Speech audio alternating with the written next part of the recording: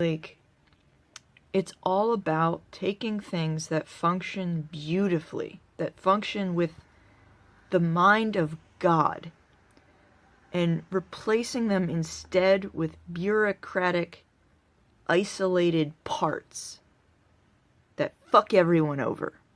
So people, instead of their moms cooking meals made from food grown in the community, you get moms working all day who are then fucking exhausted, who feed their kids fucking poison because they're working all day.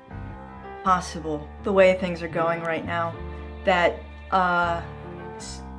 some government entity of some kind will murder me one day and say it's because I was a Nazi, and you will clap your hands like a trained seal and say, "Nazi dead!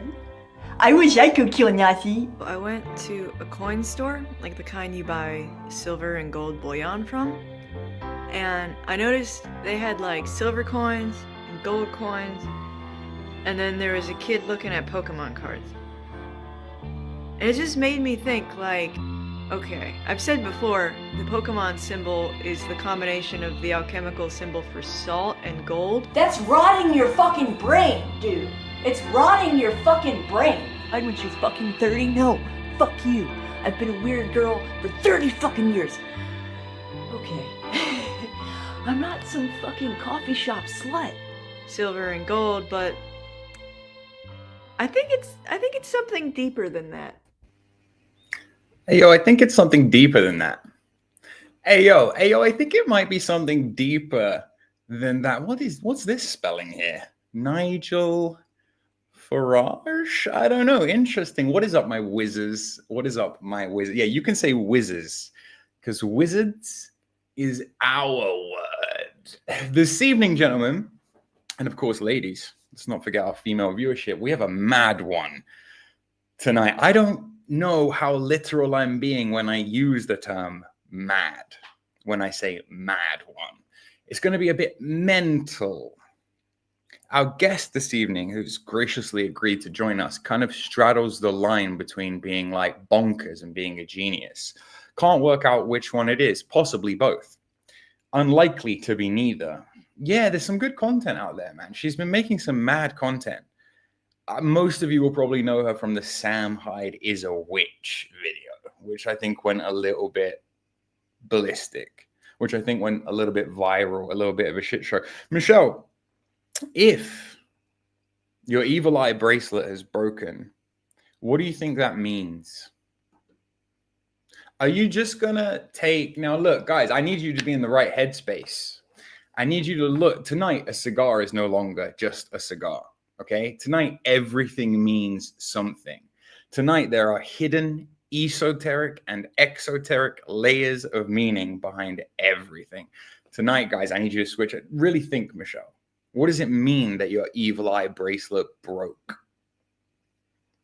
It's a pretty big deal, no? You think maybe somebody is wishing some ill intent upon you, Michelle? Do you think maybe somebody wants to harm or to damage you, Michelle, in some kind of way? Do you think somebody might be sending you negative energy? Yeah, I'm seeing a lot of N's and a lot of K's in chat, a lot of Sam Hyde, Jester, Joker, Trickster energy. Hopefully Spice Bear will be joining us soon. In the meantime, I'm going to show you guys a little bit of one of her videos because I want to set the scene. And she isn't your typical YouTuber. She's kind of like me in a way. She's kind of a me-esque character. She's kind of a Thomas Baden Reese. Is she joking? Isn't she joking? She claims that Sam Hyde is gang stalking her. A fascinating character, if ever I've seen one. Sam Hyde repeatedly says that he hates anything that even vaguely resembles the occult. Good point, Landon. Thank you, Landon. If you guys are a member like Landon, and thank you, by the way, to the people who have signed up in the interim to become members. But if you're a member like Landon, you can ask a question too. In fact, I may even, depending on how chill Spice Bear is and how nice she is with us and how much she wants to be our wife and the wife of the collective chat, we might keep her around for questions from you. Like, I may even literally open the phones, is what I'm saying. I may even go as far as to literally open the fucking phone. So I hope you brought your cigars, your tabs, your 6-packs of Michelob Ultra. Hey, if you give me money, I'll talk about Sam Hyde. That's all there is to it. So, the hacker known as 4chan bought Spice Bear 3 coffees. Buymeacoffee.com/SpiceBear. And the hacker known as 4chan, he's a swell gentleman. I think he'll go far in life. He wanted to know whether I thought that Sam Hyde is a Freemason. So I went through my notes and I looked, do I have anything on him being a Freemason? He's definitely a witch, and I mean that in the most derogatory way possible. Do we think Spice Bear might be a witch? Do we think Spice Bear might practice occultism? I mean that in the most derogatory way possible. I hope she's cool with me being a witch. Freemason, maybe. Don't get confused here. Just because someone's a Freemason doesn't mean they have really much of anything. It doesn't really mean that you have a lot of power. It doesn't mean that you have a lot of occult knowledge even. Some Freemasons, I'm pretty sure they just like drink beer and play pool. So there's that. This image did go viral, some semi-viral, where people were saying he's holding this book that says past master. That means he's a Freemason. And maybe, I mean, it's a past master is a Freemasonic thing, but this is a sci-fi book. Anyway, there was also a video he posted on Gumroad way back in the day where he was looking at this backpack, and there were all these different names of bands on the backpack, and he kept being like, look at the backpack. Like, each band was a Freemasonic band, was kind of what he was insinuating. And just from this, we're getting a fascinating glimpse, a glimmer, an insight into how Spice Bear's mind works. She is a pattern recognizer. She is a noticer. She is a okay.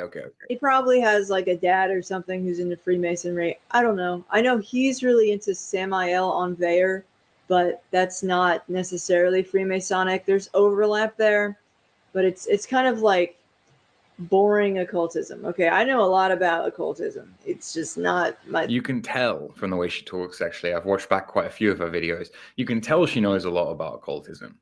Hopefully in this interview, we'll find out why, or we'll find out how she came to know so much about occultism. But a lot of her assessments when she makes correspondences and she makes, connections to things are extremely accurate. She's going to go on to talk about how Sam Hyde did a sketch, I think, where he pretended to be the moon and what the moon represents, right? Like feminine intuition, the subconscious mind, the common people, the blood, the soil, she's very on point with a lot of her analyses, which leads me to think that she's more on the genius side of the spectrum than on the not-so side of the spectrum.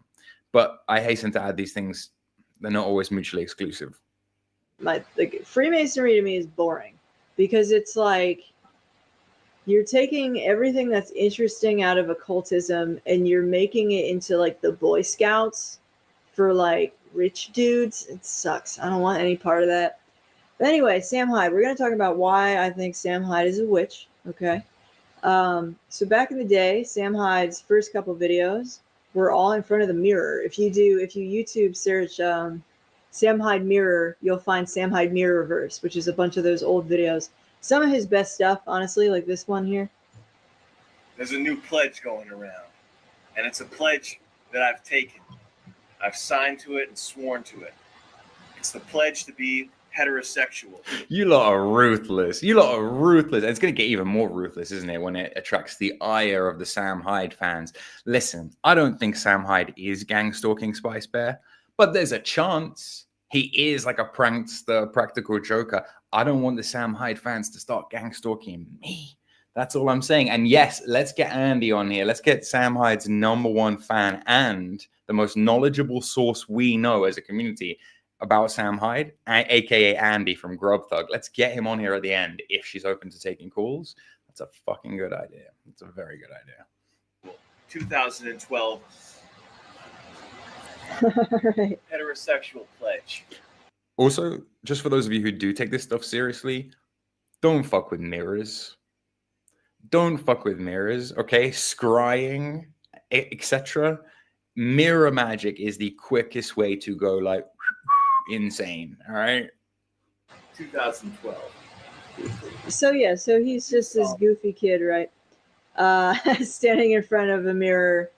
The mirrors are very important in magic. Really, I saw some of your comments, but I don't remember seeing a Bible quote from you, which I would like to see, dude. I would really like to see a Bible quote from you because you're someone whose opinion I've read your comments before, and you're someone whose opinion I probably will respect.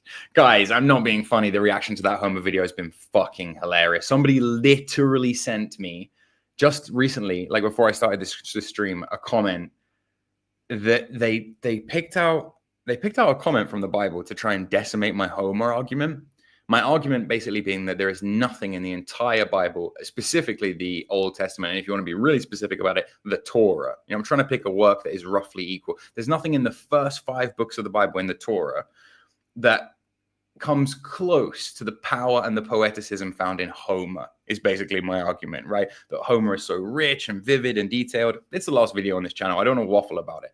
But somebody, no joke, a Christian sent me this passage from the Bible as their way of saying, like, no, this mogs the power and the poeticism of Homer. Are you ready?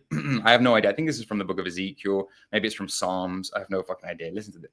Quote, "Behold, you are beautiful, my love. Behold, you are beautiful. Your eyes are doves beyond your veil. Your hair is like a flock of goats leaping down from the slopes of Gilead. Your teeth are like a flock of shorn ewes that have come up from the washing of all of which bear twins, and not one among them is bereaved. Your lips are like a scarlet thread." That's kind of a nice line. It's kind of, we're already halfway down and there's only one nice line. You guys understand that every single line in Homer bangs? Do you guys understand that every single fucking line in Homer slaps? If you're going to bring me a quote, which by the way, I'm waiting for Christians to bring me powerful poetic verse, chapter and verse from the Bible. I'm going to read it, guys. I'm not just going to see like that guy left that as a comment, left a big chunky paragraph, right, of scripture in my comment section. And a bunch of people had already liked it. I know none of them had even read it, because if they had read it, they'd have been like, my hair is like a shuffles deck flock of goats. Like, what the fuck, man? The language in the Bible is not powerful. The language in the Bible is not vivid and rich. Not really. Not in the scheme of things. Not when you compare it to Homer. Our guest is, you're lucky, guys. You're lucky our guest has joined us to save us from this rant that I was about to go down. If you want to see more about this, go and watch the last video posted on this channel. And I guess if you want to see the rest of Spice Bear's video, go and subscribe to Spice Bear, who joins us now. Spice Bear, thank you so much for taking the time to come on to this channel. Hey, can you hear me? Loud and clear. The audio is Nice. good, is crispy clean. Your avatar is just a picture of a phone, a picture of like a black phone, but hey, I mean, whatever. There's no need to cam up if you don't want to. I want you to feel comfortable. I don't want you to feel like you're being mobbed or ambushed. Oh no, it's fine. I'll start it if I can. I'm just Okay, cool. Yeah, how's it going? It's going good. I was just trying to introduce my audience to you. I mean, half of them know who you are already. They all sent me a video when the Sam Hyde thing went viral, the recent Sam Hyde thing, because I know you've been making videos about Sam for a bit, on and off. The one that went kind of mega schizo ballistic, the Sam Hyde is a witch video. And people send it to me like, whoa, what do you think? What do you think of this chick? What do you think of this chick? I guess because there's a weird overlap between like niche dissident politics and being into the occult and being into magic and stuff. And they were like, yeah, you got to talk to this chick. So I was actually genuinely surprised when you replied to me and agreed to do this. Like, thank you. Yeah, no, that's funny that people were sending you the video. Yeah, I guess I have made videos about Sam for a while now. I mean, I try not to too often, but it's so tempting because they're going to get views. So. Well, yeah, he has a massive audience, right? And also I do feel like you would appeal very much to his audience. You're quite based, right? And like, you're quite funny and you don't take yourself too seriously. Like, you're quite self-aware, but that makes you really difficult to read, dude. That makes you like really difficult to read, how much is like joking and how much is serious and how much is just on the Sam thing, are you serious? You think Sam is gang stalking you? I mean, I have a ton of evidence that he is. It doesn't really matter to me one way or the other if he is, but like, you know, it's yeah. I've had a I got the screenshots, man. Like, I got the receipts. Okay. yeah. I'm just gonna grant for a second that it's like, do you mean like symbolically, or you mean literally, like Sam is paying Mexican people to follow you around late at night? Like, what form is this gang stalking taking? Like, this is the obvious. No, it's mostly online, or pretty much all online. It's a lot of people, Okay. Discord, through, you know, different social media platforms, and it kind of began like I didn't know what gang stalking was a couple of years ago when I moved up to New England, and I was still interested in Sam at the time, and I just had all these people. I think after I posted the very first video about Sam Hyde that I'd ever posted, which was called like Sam Hyde Call Out, sort of, recorded in my car in a state of utter desperation. But but basically, I posted that, and then I had all these people reaching out to me at once. Like, it was so bizarre. And I remember at one point I was asking, like, what is happening? Like, I asked that on Twitter, and someone was like, "You're being gang stalked, bitch." I had never heard of that before. I was like, okay, I guess that's what it is. Okay, so Sam Hyde fans have literally told you that they're kind of fucking with you, basically, is the Yeah. right. Oh yeah. No, I That do makes have way more sense than the story I told myself in my head, where you convince yourself that like Sam Hyde was literally gang stalking you. But okay, it makes you're obviously a lot more sane than I thought you were, which will make this interview both less and more interesting, because it means I get to ask you a bunch of genuinely cool stuff about the occult now, which you seem to know a lot about. But before we even get there, let's just stay on the internet for a minute. You have quite a deep lore online that goes back quite far. You were originally in the kind of Owen Benjamin sphere, is that right, or no? Oh yeah. That's where the bear name comes from. Yes, Spice Bear, because they're all called bears, right? Okay. Well, guys, I think Sam Hyde might have got her. Damn. No, she's still here. But it says they will need to connect their mic and cam so you can add them back to the stream. Spice Bear, if you can still hear me, you might have to go out and come back in again. Oh, guys, we were right in the middle. We were right in the middle of it there. She's leaving. I'm hoping she's coming back. If she doesn't come back, that's even better in a way, because it's kind of mysterious. It builds lore. But yeah, Spice Bear, that makes sense, huh? The Owen Benjamin community. Okay, let me read the chat. So bring the spice. Magic users recognize magic users. Listen, I knew straight away. She has a great video series on her channel. Breaking it. We'll get into it. Welcome back. Sorry about that. I don't know what happened. The camera working. All right, cool. Okay, amazing. Perfect. Nice. Where were we? Oh yeah, you're in the bear community. You're in Owen's bear. Okay, Yeah. So Owen's a fascinating character. I have always liked Owen. I think he's charismatic as shit. He's obviously hilarious. I think he's loopy, and I think he's lost the plot on a couple of things. But for the most part, I just think he's like a very interesting guy. I don't know if I would ever go to a real life meetup with Owen and a bunch of Owen fans, though. What was that like? How did you get into it? How did you fall out with them? Did you fall out with them? There's a video on your channel called "I Got Kicked Out of the Beartaria." I haven't watched it, I'll be honest, but what happened? Yeah, so that's really funny, because if you go on my YouTube channel, you'll see 3 videos all in a row, and it's literally help me get to the Beartaria Times National Festival, and then it's thank you for sending me to the Beartaria Times National Festival, and then it's I got kicked out of the Beartaria Times National Festival. Yeah, so basically, like, while I was there, it was okay. You know, it's cool. Being around bears is cool, because they're essentially like, you know, there's a lot of talk about what the bears are and what they aren't, but like in general, anybody watching this stream would get along with the bears, because you know they're based, they're red-pilled, they're family-oriented people for the most part. A couple degenerates in there, but you know, and so basically, yeah, I was hanging out at the Beartaria Times National Festival, and this is not like the most interesting story in the world, but I was talking to the stage manager of the event, and I was, you know, he seemed interested when I said, you know, it'd be cool to play music here. And then 2 of the who I later found out were like the head honcho type bears, who are no longer involved in the bear scene at all, came up and we're talking, and one just like flipped out at me for completely no reason. Like, I understand people think that's suspicious, like you had to do something, two sides to every story, but no, for real, this guy just flipped out at me and started screaming at me. And yeah, it didn't end so well for that guy, but I'm not gonna give too many details about that. But he insisted that I leave the property, so I was like, okay, I'll leave. And then he was like, no, you have to stand right there. I'm like, well, I was trying to leave. So, they were detaining me. They got a cop to escort me off the premises, and they told me that I can't come back. It was for no reason at all. And well, he screamed at me, and then I obviously I retorted after he screamed at me. But yeah, but no, I'm still on good terms with Owen. I mean, like, I don't really talk to the guy. I don't really know the guy, but I get a Christmas card every year. So Hey, okay. So still like loosely affiliated. It's not too bad. It's not like you're like, yeah, okay, interesting. yeah. Because I just wondered why you would keep the name, right? Like if you were still off the. Is there a meaning to like Spice Bear? Is it like a Dune reference, or is it just a red hair reference, or like what's the? So when I first found out about the bear names, I just thought they were so gay.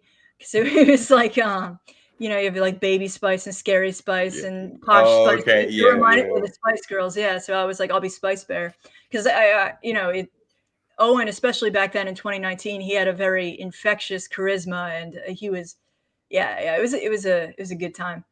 So. People like Owen, people like Sam, who have, I call it psychogravity. It's like this thing where you can kind of change the timelines because you have so much charisma, and you probability kind of shifts and morphs and bends around you when you're someone like that who's like this big persona. You're convinced that Sam practices magic, right? To me, it's not an issue of whether he practices it. It's that he himself is liminal. I've kind of explained that before. I believe that he's liminal, where he kind of can straddle the two worlds, the material realm and the spirit realm. And that's not always a good thing. That actually usually points towards some kind of like traumatic event that makes you liminal. I call that being like trauma liminal. So it's not really, to me, an issue of whether he practices magic. It's just that, for sure, I have had some of my very first spirit visitations have been around Sam, and I think that my relationship with Sam and the trauma that I endured may have opened me up to the spirit realm.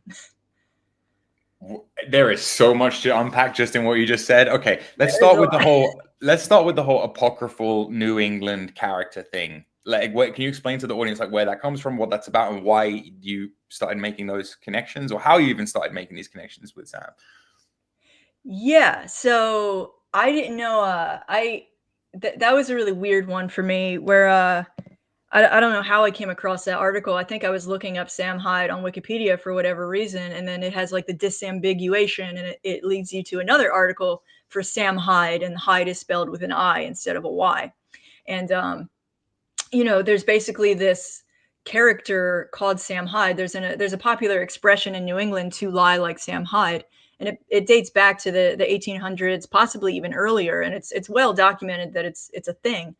And essentially Sam Hyde in that context is the greatest of all liars. So he was a Native American, allegedly trickster type guy who would lie to people, steal money. He was very fond of cider, and it's interesting because when you look into it, it does say that there are people who suspect that the Sam Hyde character is actually an amalgam of many different characters from New England's history. And essentially that is kind of what a spirit is. I mean, like any spirit is going to essentially be like an amalgam of many different characters. Like if just the trickster, that's an amalgam of, all these different beliefs and stories.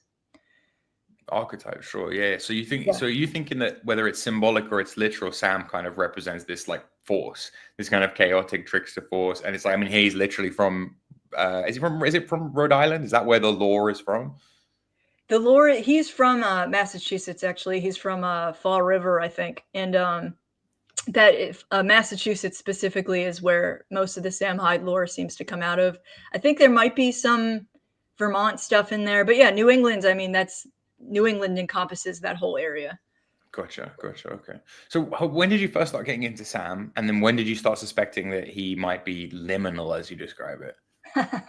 Well, I mean, I let me see. I found out about Sam not too long after I was a fan of Owen. I was a fan of like Black Pilled with Devin Stack and like all those real ones, And I somehow started watching the mirror videos that he picked up, some of his earliest videos on YouTube, where he's just filming himself in a mirror, and it's saying like the wackiest shit in the world, and it's very comical.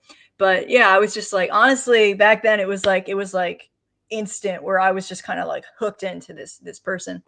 And I emailed him and he got back to me very, very quickly. And yeah, from there it was yeah, it was kind of just like over years kind of corresponding to him with him over the internet, which I won't get into too much detail about, because I feel like it's kind of it's kind of exposing him as like an actual person rather than just the character that Sam Hyde represents. So, but yeah, it was just for years just kind of like corresponding with Sam, and he is interested in magic. He was more interested in it than I was back when I was talking to him regularly. Yeah, see, I called Sam Hyde a wizard like maybe like a year ago, but I meant it in a completely unaware, like non-self-aware way of like in the Crowleyan sense of he's literally just moving the needle. He's kind of putting his will in the world through art, through comedy in a way that maybe even he doesn't understand. That is kind of more powerful above it. But you're saying there's an intentionality to this. You're saying Sam's literally into magic. Whether it's intentional with his character, I don't really know. I mean, again, if I am right and he is trauma liminal, what that essentially means is that these people get hollowed out, and then they that nature abhors a vacuum, even spiritually speaking, so they get filled in with these entities and filled in with these spirits who then steer them. Fuck. Okay, yeah. And that's when you start going under the name Sam Hyde, when it's probably not your real name or whatever, and that kind of stuff. Okay. Yeah, I have no idea. Hella interesting thing. Well, look, just enough about Sam for the moment. You know a lot about the occult. You obviously have one of these, like what I earlier referred to as a pattern recognizer, noticer type mind. How the hell did you get into this kind of stuff? Like you have this series of videos on YouTube that you're obviously starting, like American political witchcraft. How the fuck does someone even come? Do you know what I mean? Like, how do you even get into something like that? Yeah, well, I always say that my first, I didn't know this at the time, but my first occultist teacher was Owen Benjamin. He just, the way he describes Twilight language and the way that he describes wizardry, he uses wizard as like a slur. Right. Yeah. He does use his wizard as like, okay, can you explain to the audience what Twilight language is? Because I guarantee maybe some people will know it as the language of the birds, like the René thing, but probably most people won't.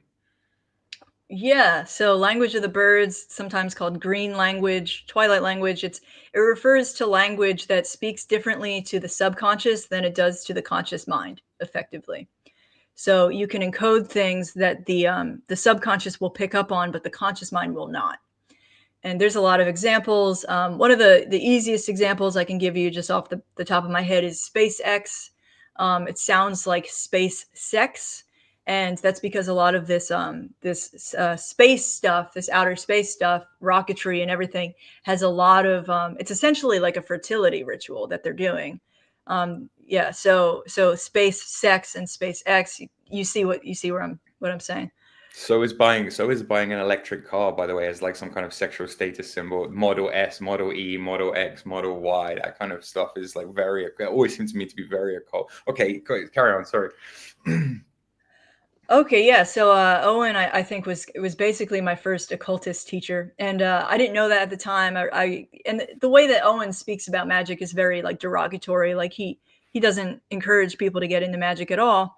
And I had no plan on getting into magic, because all of the Christians in the bear community were always saying things like, if you're working with magic, you're working with spirits, and there are no good spirits besides the Holy Spirit, which to me, now that I have like more of a critical mind about this, I think it's just ridiculous. But the way that I did end up getting into magic, totally unintentional, where basically last year, so it was 2024 around April, there was that solar eclipse that passed over America, and it actually passed over New England. Right. It passed over right in an area that I used to live. And a friend of mine up in New England had what could best be described as a psychotic break the day of the solar eclipse. And I had like a dream predicting it the night before, which it kind of gives away personal details, so I won't tell you about the dream. But he had this psychotic break type thing. Now, because I am, what I know of the world is that a psychotic break is really a spiritual episode. And he started doing magic, and he started, playing around with spirits, basically. And I even had a mutual friend of ours say that people they knew who were into who could read the room spiritually could tell that there was someone who was interfacing with spirits, basically. And he just had all of these weird, very odd things to say to me. And he was like, "It's about to get really weird. You're about to have a psychotic break." That's actually what he said to me. And I was like, "Okay." Like, takes one to know one, And then a couple weeks after that, it was all so weird. Like the series of events, I could tell that the psychotic break and the solar eclipse were connected. Like, clearly they were connected. And a couple weeks after that, I just went looking for this guy Delta, who I know through a Discord channel, which may or may not be affiliated with Sam Hyde Gangstalkers. And he was really into the occult, and I was like, I need to talk to you. Like, I don't know why, but I know that I'm being pulled in this direction. And he sends me a video for this podcast, and I think it was called like Arcanum or something. It was some occult podcast, and I go scrolling through the videos, and I find an interview with Chris Warnock, who does RenaissanceAstrology.com. Right. Yeah. Yeah.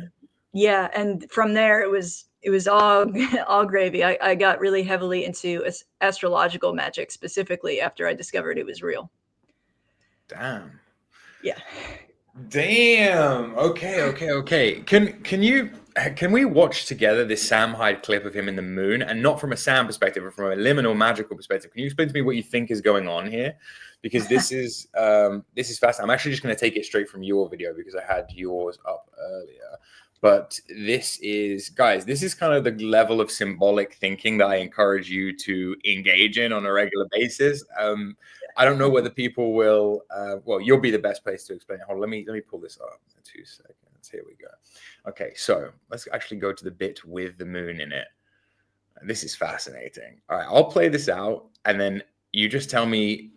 Well, I mean, like, maybe you just want to expand upon what you say in the video here. Let's tell me if you can hear this. Programming to get people to be more receptive, and I stand by that. So the moon rules common people. The moon rules this sort of lunacy. It also rules the kind of think about the thought patterns of common people, the way that common people interrelate to each other. That's ruled by the moon, that dynamic. So ducks are also ruled by the moon for that same reason, because if you observe ducks or geese, waterfowl, you will see that they are very similar. They're group animals. They thrive in groups. They think in groups. So okay. It's like the unconscious emotions of the group, right? It's like herd mentality. It's super tied to Cancer, the crab. It's super tied to the 4th house, which is like blood and soil and nationalism and fascism. And like, dude, there's so many connotations to the moon. Are you telling me that you've only come to this kind of way of thinking since when?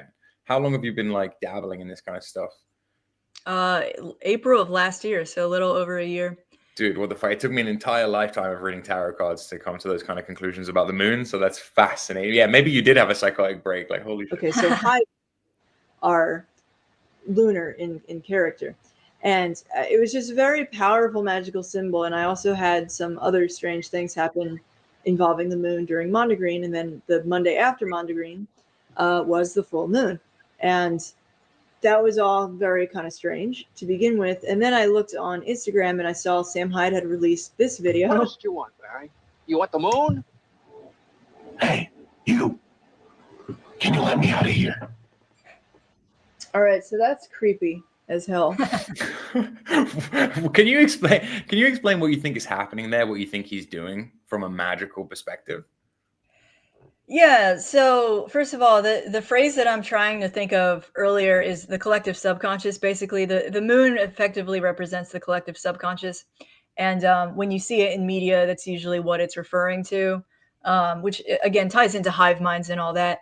But somebody commented on one of my videos the other day, and I think that the way that they wrote it kind of sums it up.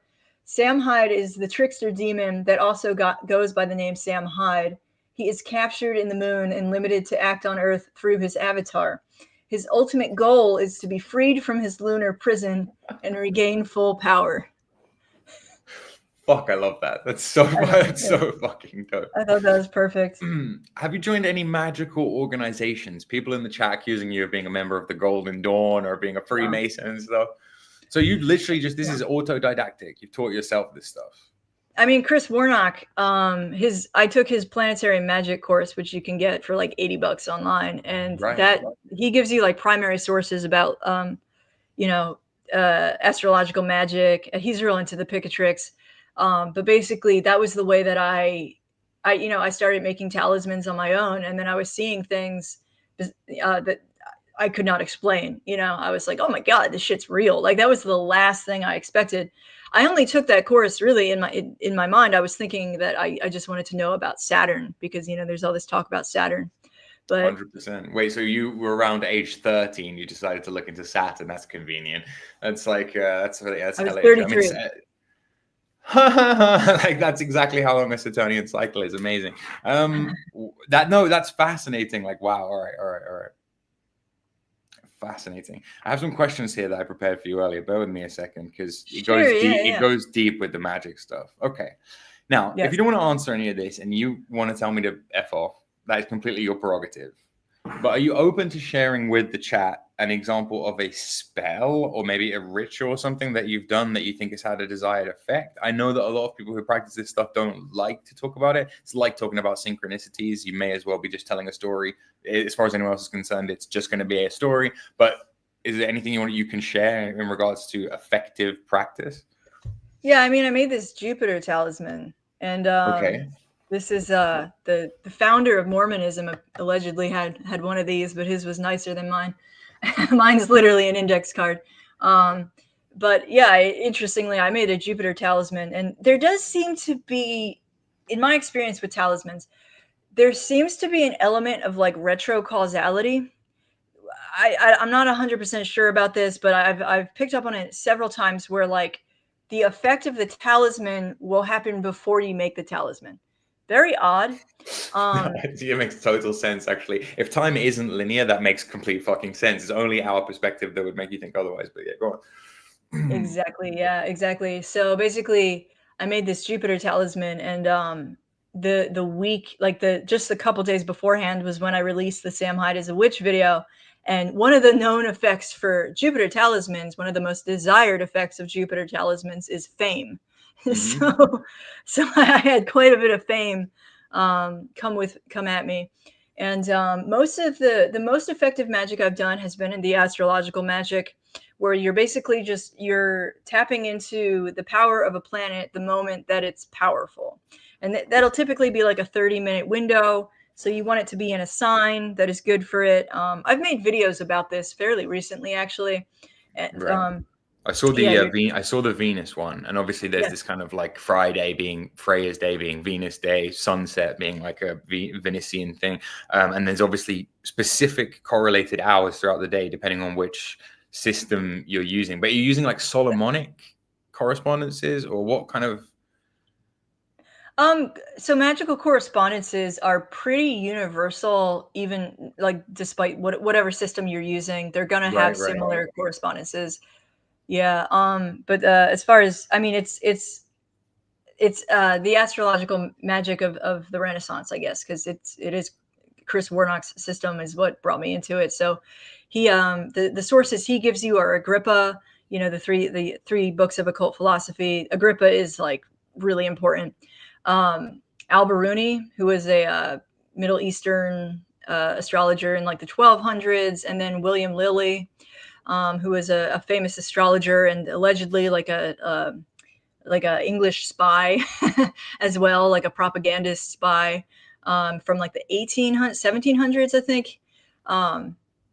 So yeah, that's kind of the background that I'm coming from. But it is I recently I've started learning like a lot of hoodoo correspondences.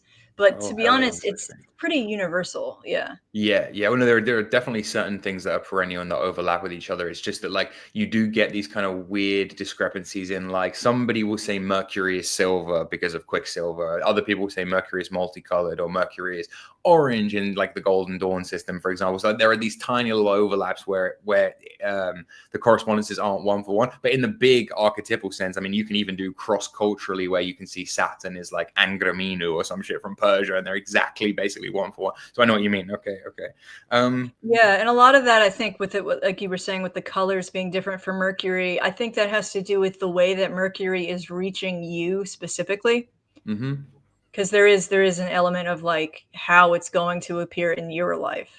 But that thing of Jupiter, like you say, Jupiter being basically across the board, even when he's Zeus, even when he's Thor, he's bringing a sense of abundance and luck and prosperity and wisdom. And this is like archetypal, basically. I totally get what you mean. Yeah, okay. Yeah, Um, kingship.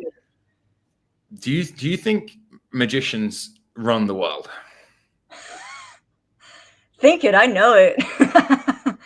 Yeah, and like I said with Sam, it's like you don't know whether they're practicing it on purpose or if it's something that's just coming out of them because the world is magical, right? Like Mm-hmm. the structure of the cosmos is magical. And like one of the things I love about Chris Warnock is that his approach is very much about getting people to understand the worldview. You have to change your worldview if you're coming at it from like a materialist atheist perspective, which most people, even most people who call themselves Christians, are coming at the universe from that perspective where they assume everything is material in nature. There's nothing besides matter and energy.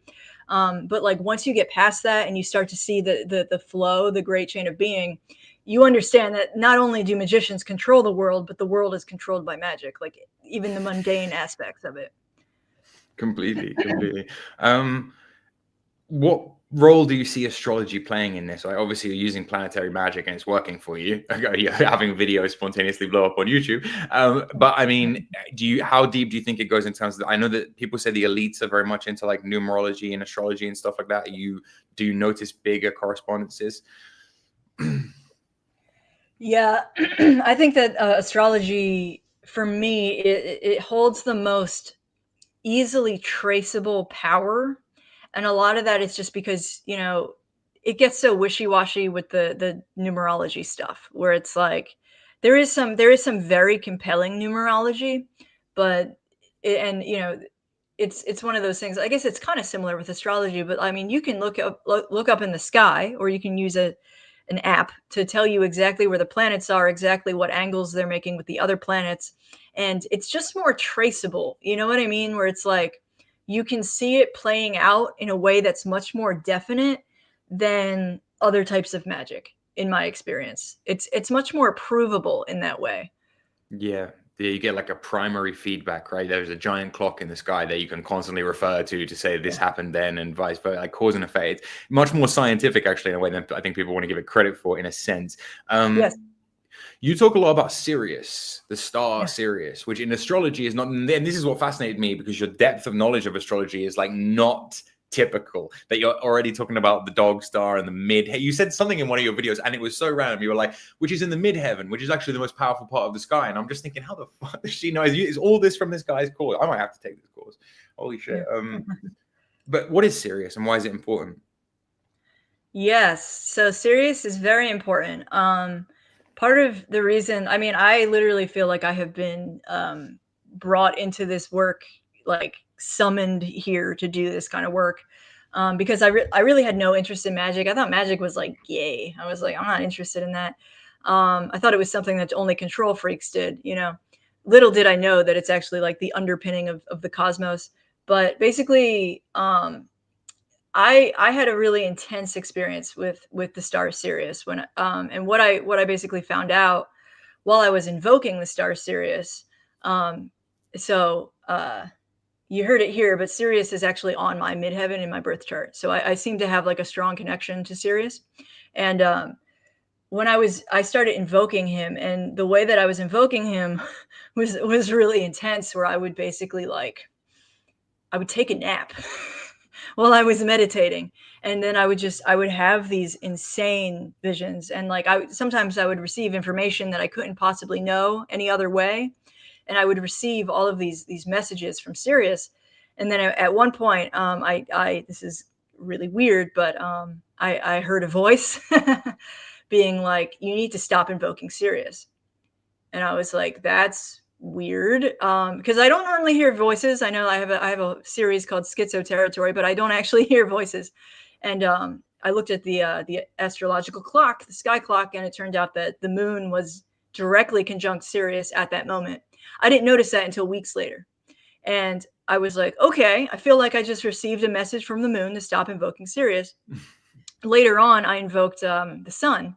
I forget what day it was. It was a day that the sun was powerful, and I basically asked the sun. I was like, why can't I invoke Sirius anymore? Like, I was really butthurt about it. I was like, why was I told to stop? And I was getting like these crazy telepathic transmissions where I was seeing really strange things. And the sun basically told me while I was in this trance, like, when you invoke Sirius, yes, it brings you closer to magic, but it also brings death into your life.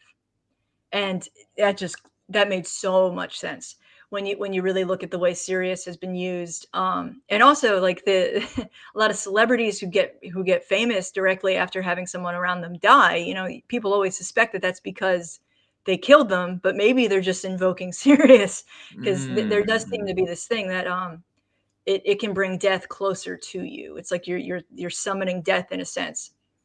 And archetypically, like in a mythology sense, who is he?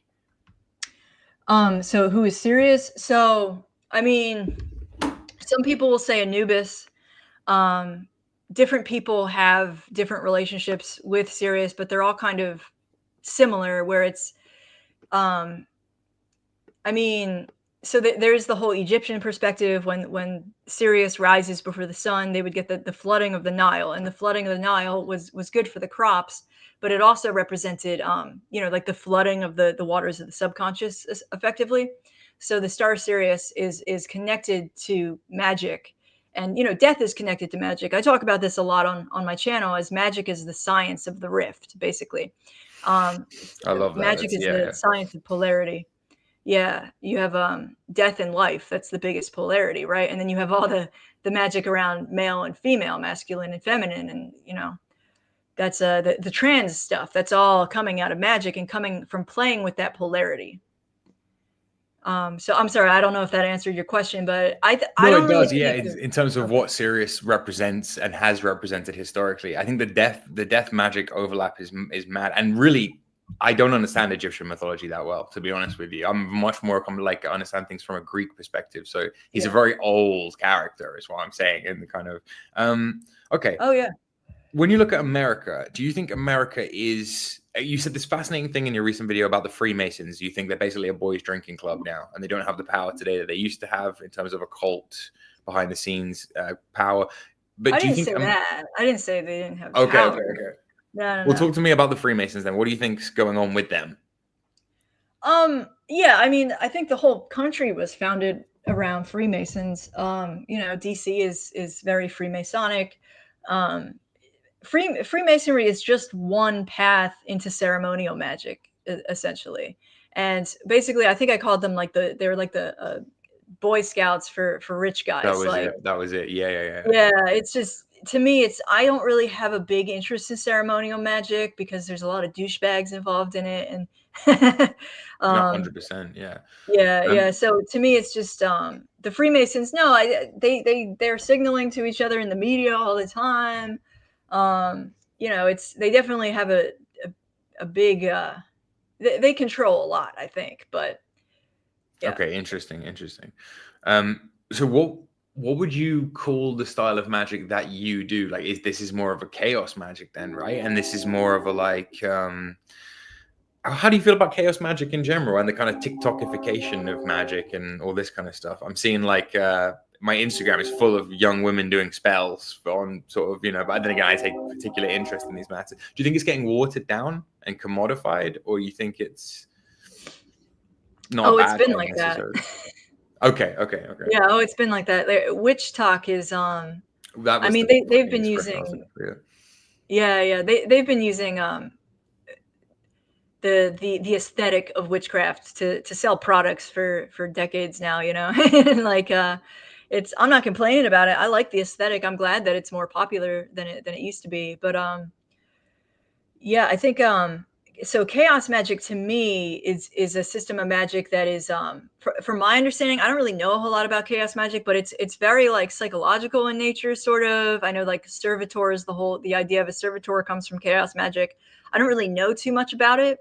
But the magic that I practice, I would call astrological magic, and then I became very interested in the magical correspondences, which so now I'm looking into hoodoo for that, which to me it's just it's tomato, you know. And when, you know, it's like all kind of you're tapping into the same structure. How has your belief system changed to kind of get you to this point, right? Like, how have you? Were you an atheist before? Were you a Christian before? Did you? Or and then what does it look like now? I guess you know.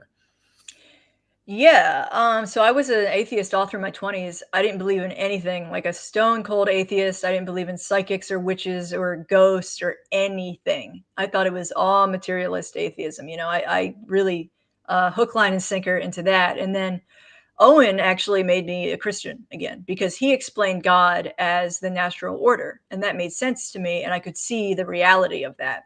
And then after that, when I eventually did get into astrological magic, I was very like, you know, I started seeing it actually opened up Christianity to me in a way that, you know, I think a lot of people don't give magic credit for that, where it actually kind of fills in the gaps in a way where like you start understanding the sky and the luminaries and the planets and the stars, but the planets are very important.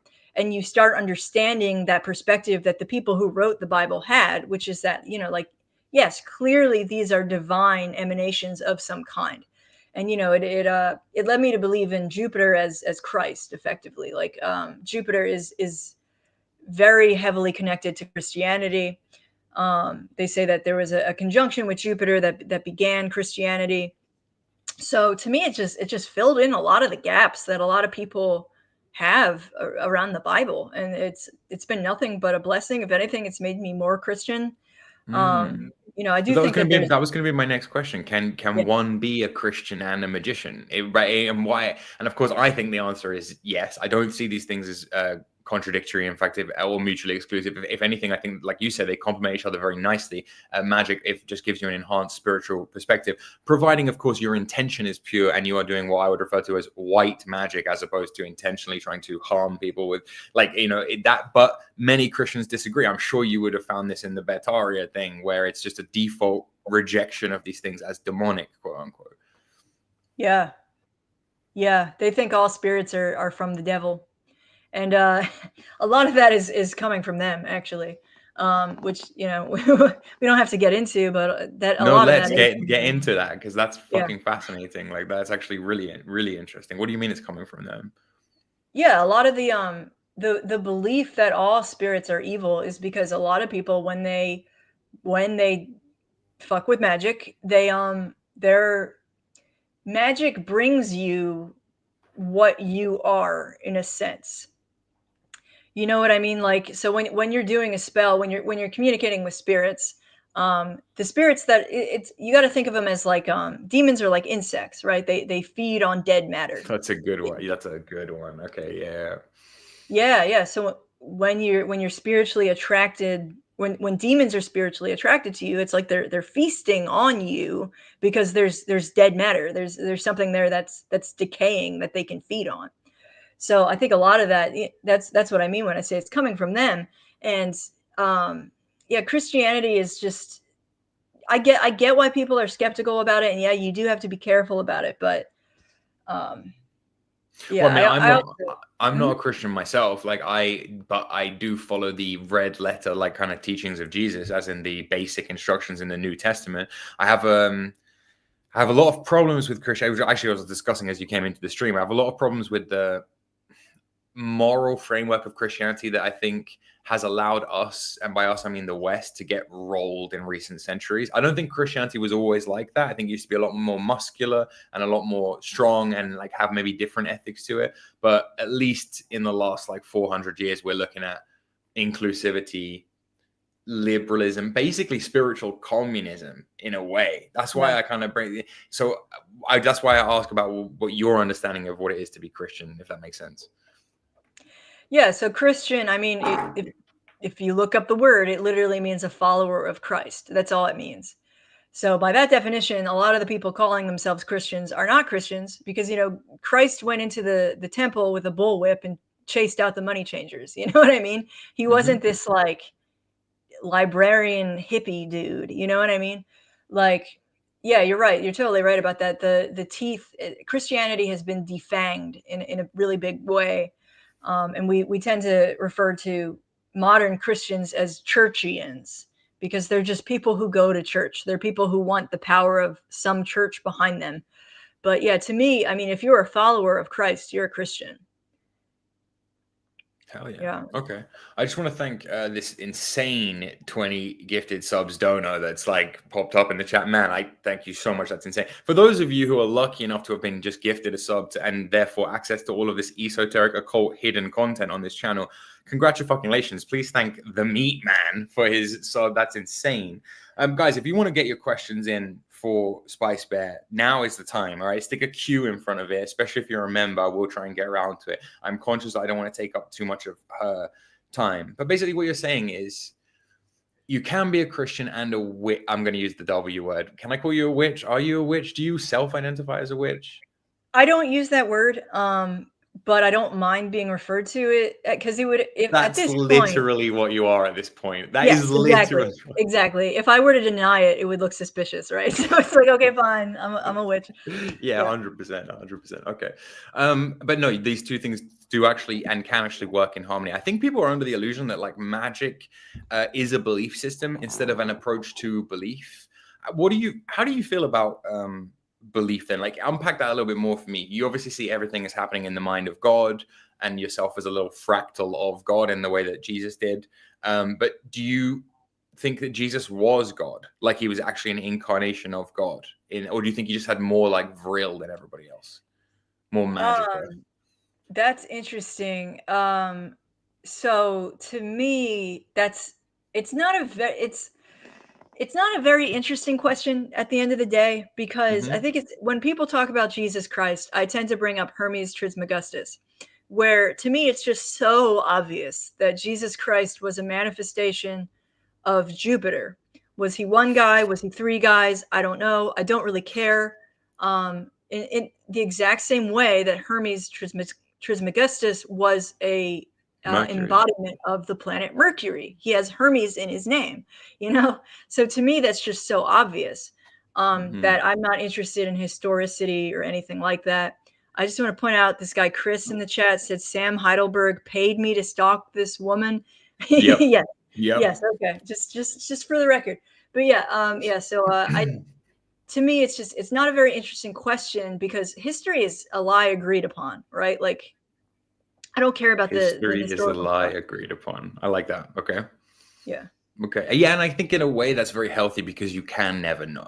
So it's not like you're going to have a time machine. So it's not like you're ever going to, okay. Yeah, I get your point. I feel it in my bones that there was a Christ, just like there was a Hermes Trismegistus. And beyond that, I don't need anything else, you know?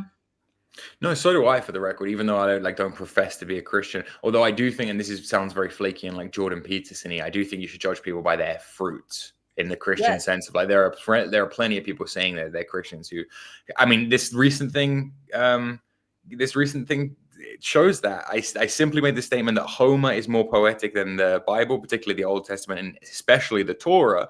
And everybody freaking out. And you can tell the people in the comments have not read the Torah. You can tell that they have not actually read the Bible, but they have all these opinions about how I must be. Like, it's crazy. Absolutely crazy. Are you cool to take some question from the chat? I'm sorry. I should have asked you, right? Like, I probably should have asked you before I just. Oh, yeah, no, I'm totally cool with that. Yeah, no. Also, my friend Andy has a massive crush on you and wants to call into the show. He's the co-host of a guy. I do a separate show with him on another platform. You cool with him calling in, or no? You want to keep it just like? That's fine. That's fine. I really appreciate that. He may just be ridiculous, and I might have to yeet him, but I'm sure he'll be well behaved. He's a big fan of yours. Put it this way, he's Sam didn't predict shit together. Okay, well, it's bizarre. Freak magic, shapeshifter. Dude, thank you so much. Question for the guy. I can't, for some reason, pull up your question. Let me see. Probably because I have to scroll down in order to do it. Oh my God, there's so much unread chat. Guys, if you put a question, re-put the question because I'm scrolling to the front of the chat. This is insane. How many fucking 140 live viewers? This is wild. All right. Question for the guest. If Sam is gangstalking you, is it for your bad intentions or good? Damn. Is there a world in which Sam could be gangstalking you for your own benefit? I don't know. So Sam, he works in mysterious ways. I really don't know. I mean, he seems to want info about me, but I don't know why he's using it. I don't know why the entities steering his meat puppet are doing it. I really don't have an answer to that. Well, I think maybe you're fueling them with your magic for one part of it, but the other part of it might be that the Sam Hyde fan base just seems to be drawn to you, right? There is something. I wouldn't be surprised if there are Discords somewhere where they post your videos and like are kind of, you know what I mean, like orchestrating just to kind of wind you up a little bit or whatever. Oh, especially if yeah. Yeah. Oh, totally. Yeah. I mean, this has been going on for 4 or 5 years now. So. Have you had any kind of weird, like, fans develop? Any kind of parasocial relationship-y kind of people? I mean, like I say, my friend Andy decided that he fancies you, and he's kind of a bit weird about it. But when you're like, I'm going to use this term loose, when you're like us and you make more esoteric occult content, have you noticed that it drew in any weirdos to you? Or even being adjacent to the Sam sphere, like, you know, Sam's fans? Too many to count. Yeah. You do seem to have like a bit of a weirdo magnet quality about you. I'm not gonna lie. Like a kind of weird, yeah. Oh, by the way, you froze. I'm gonna remove you and bring you back to see if that makes any difference, but I'm not sure. Now, okay, now you have no camera. Can you say something? Just see if I can still hear you. Hello. Okay, well I can hear you, so that's probably kind of good. But no weirdos in here, Killuminati. I disagree, buddy. I'm not gonna lie. I probably Sam Hyde is crazy now. Don't take steroids if you have Asperger's. mental. Jesus was the original end, the Fed advocate. Well, there is that. Yeah. Hey, Spice Bed, do you think Jesus, without going too politically incorrect, because obviously we're on YouTube, do you think Jesus was Jewish, or again, do you think it doesn't really matter because it's a symbolic story, or is it the idea that he's a Jupiterian person born in a very Saturnian people, born amongst a very Saturnian people? Does that make sense? You know what I mean? That's really interesting. Actually, I never thought about it that way, but that's. Guys, I think they struck her down. I think Palantir took her away. What the fuck? Let me try again. Oh. Hello? Okay, that's cool. That's cool. I think we lost you temporarily for a second there. I'll just send this to my friend who has a bunch of questions for you. Hold on. Like I said, guys, get your questions in now. Now is the time. All right, hold on a second. I'm going to send this to myself. Bear with me. And I will open the phones at the end for anyone who is a member also. Andy accusing me of trashing him in DMs. Hold on a second. Man, I am boomering out hard here. Oh, shit. I can't. All right. Do you want me to go on with well, yeah, if you wouldn't mind. Yeah, please. Yeah. Okay, so I think that's really interesting, the idea that he was like a Jupiterian person born into a Saturnian culture. I'm not convinced that the Jews of today are the Jews back then. This is kind of what I was getting at. This is kind of the deeper question of like, yeah, I mean, what brings you to that conclusion? Oh, shit, I think we lost her again. I'm telling you, this is too occult, right? This is too esoteric. They're obviously messing with the stream. They're obviously messing with the stream. Fuck. There you go, Andy. I've sent it to you now, mate. It should be in your DMs. I wasn't trashing you. Fuck. I mean, it's just very obvious that you have a crush on Spice Bear. That's all it is. Yeah, so I'm just not sure if my mic is even working. Oh, that's better. Yeah, you're back now. Sorry about that. I don't know what the fuck. Literally, it's just. Don't worry. It's probably. You know what might be better is if you turn the cam off, just so we get a clean audio. Gotcha. But yeah, that's probably gonna work better. Okay. Cool. Let's see here. Yeah, we know she froze. She froze the hot chat. Piscean longing. Oh my god. Okay, hold on. Okay. Question. Can she comment on Sam's TED talk, especially the outfit Mithriest Miles? I don't know what you're referring to, the gold armor that he was wearing in that TED talk. Shit, we've lost her, guys.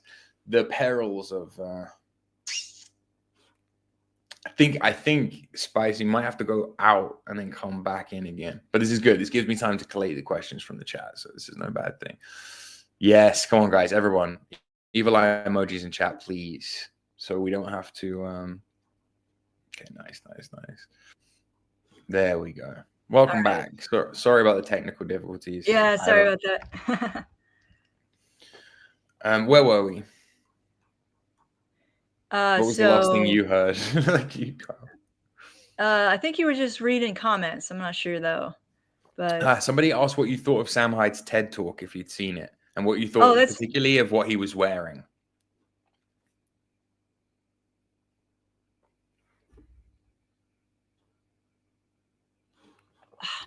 Is there a way to? Yep, you're back. Is there a way to turn the camera off without turning the mic off? Because it seems to be one or the other. Yeah. There's two buttons. There should be two buttons at the bottom, one for a mic and one for cam. Oh, I see. Okay. If you hit the cam off, then the bit rate will probably increase. But it's StreamYard's notoriously terrible with this kind of stuff. Okay. Yeah. If it acts up again, I'll just turn the camera off and we'll go with the mic. Cool. Well, the question was if you'd seen Sam's TED talk and what you thought of it. Yeah. Yeah, Sam's TED talk is one of his best things. I know he was wearing like head to toe maroon. I don't know what that was about. He looked like some kind of like centurion warrior. I don't know. I really have no idea what that was about, but no, that's one of his best is his TED talk where he's like at his prime. Basically, right. And then it was all downhill from there, you know. That probably was actually peak Sam as far as the internet goes. Andy, welcome, mate. Sorry if you thought I was trashing you. I wasn't trashing you. I just oh my god, and he left. And now Andy's getting technical difficulties, but Spice Bear is back. What the fuck? Yeah, I just turned my camera off. Can Sam Hyde's army of rogue magical practitioners please stop fucking with my stream? Very annoying. Andy, can you hear me? Welcome. I can hear you, buddy. How are you? All right. Yeah, I can't get my mic working. But, it is now. You're clean. I do have 33 questions for you. I'm only going to ask 11 of them. Starting with number 1 here, we got. Are the shadow spiders still haunting your dreams? No, the shadow spiders have taken a hiatus for the most part. I do have some like regular spiders that haunt my dreams now, but the shadow spiders, I think they're on to easier targets at this point. Good question, by the way, Andy. You've been watching a lot of Spice's content. Oh, he dropped out again. Hold on, wait. I'm going to have to add him back in. That's cool. I don't know what's happening. Can you hear me? The stream's shitting the bed. I don't know why, but... Yeah, no, it's the... I'm not going to say that word. Anyway, how is the clam chowder in New England? Have you had the clam chowder in New England? It's bad? No, I don't think so. All right. Moving on. How do you spot a witch? What's like the easiest way to spot a witch? That's a good question. That's a very good question. The astral realm. How active are they in the astral?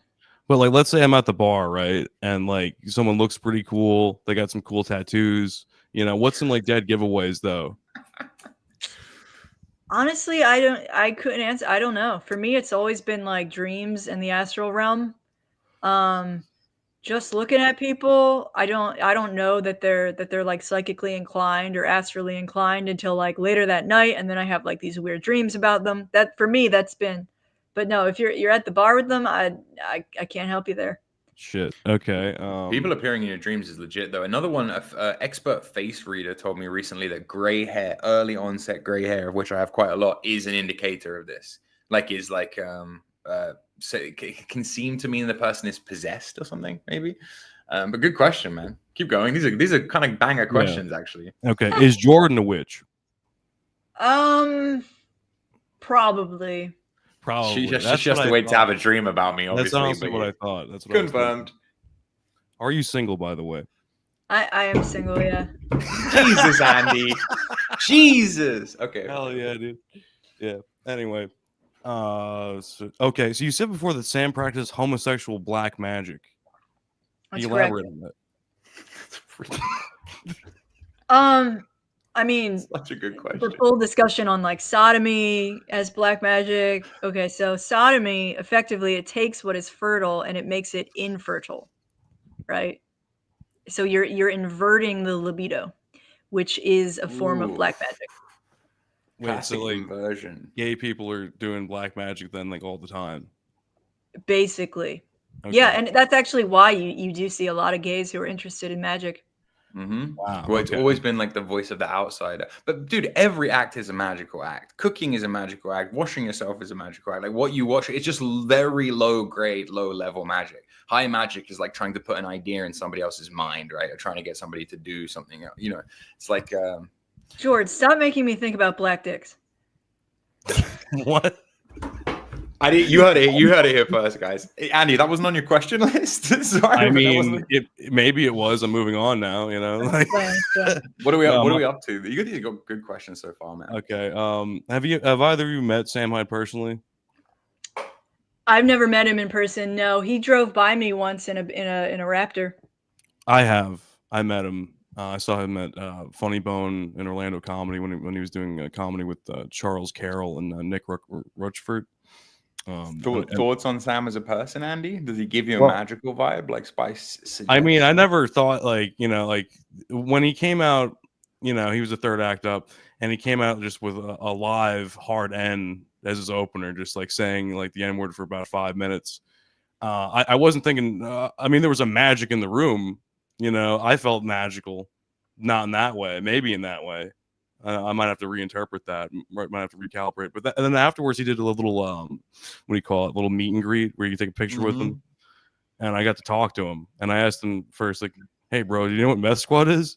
And he had no way you asked him that. No, I did. Funny. Yeah, he was like, "No, I haven't heard of that." But though that's our channel, by the way. Shout out to the Grub Thug channel, by the way. We just recorded our season finale last night. Good time to plug Grub Thug. Actually, very small. But no, so the one question I really had for him, because like he's about 6'7" and sweaty.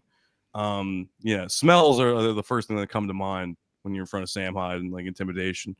But I asked him like, "Are you a Christian?" Like that was my question for him, because like he implied that he was, but didn't really say it directly.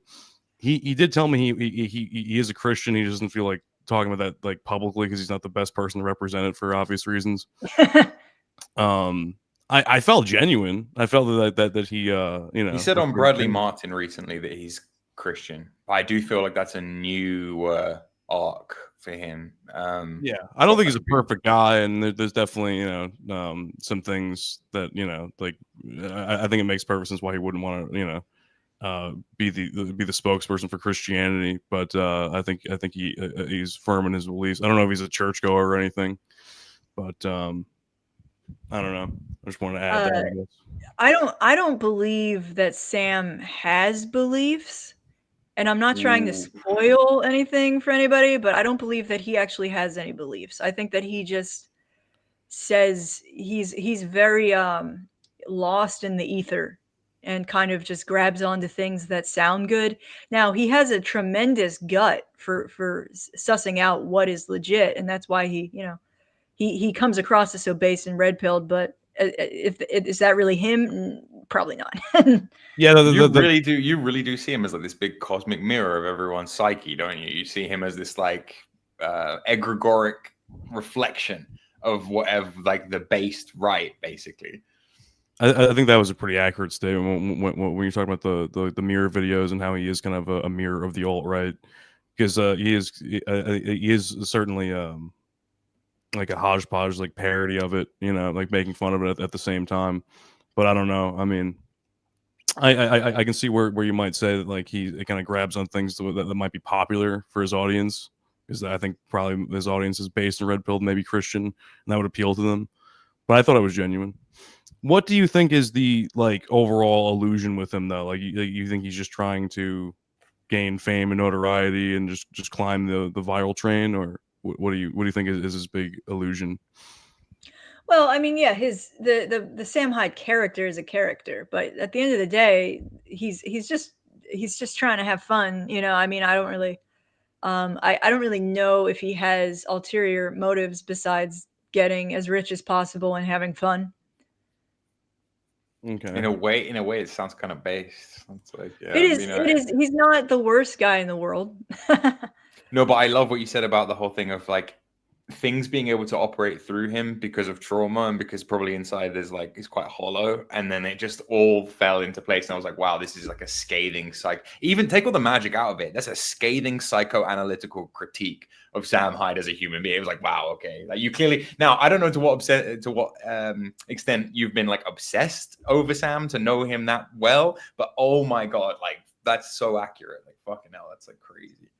It's not just him. There's a lot of people like that. He just happens to be really good at what he does. Okay. Yeah. Any more questions, Andy? These are back. Yeah. What's the weirdest request that someone sent you recently?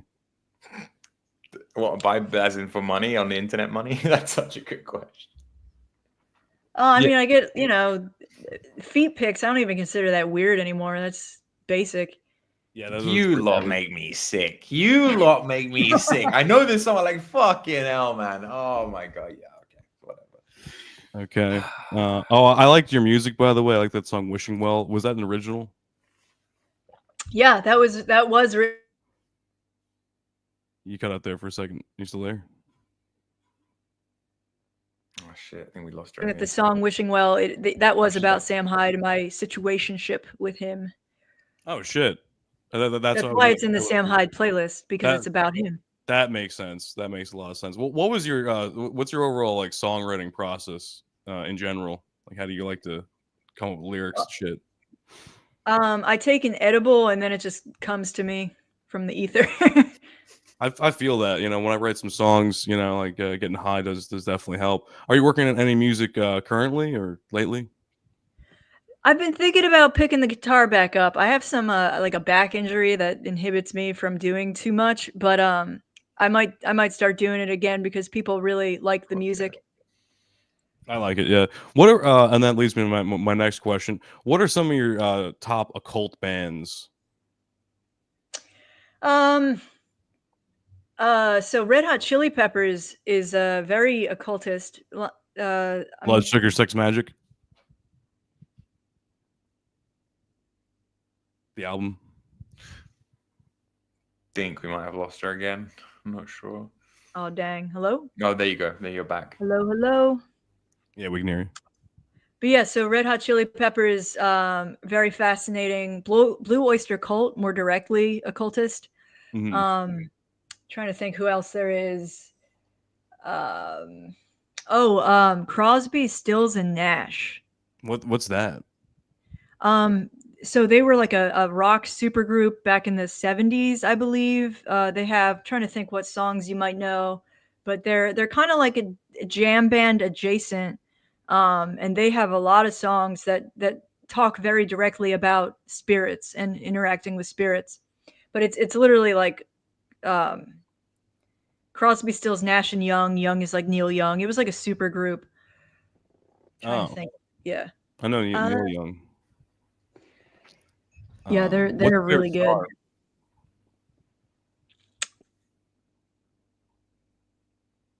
Say that again, Andy. What's your favorite star? Oh, okay. What's your favorite star? Let's. I still do love Sirius, but I'm real into Aldebaran. Aldebaran, fucking hell. Aldebaran. Okay. I haven't heard of that one. Aldebaran was being invoked by Maria Orsic, who was tied to the Nazis. The Vril Maidens and the Thule Society lady. Okay, yeah. Based. Yeah, okay, interesting. Wow. What else we got? How far do you live away from Delaware? Dude, shut the fuck up. Unfortunately I am in Delaware. You're in Delaware? No shit. Yeah. That's a It's synchronicity terrible. for you. That's a I'm all for it, I synchronicity fucking hate for it. you. Question from the chat. How do you estimate someone's magical potential? I mean, some people use the birth chart. I don't know if that's 100% accurate or not, but they'll say things like, What's your star sign?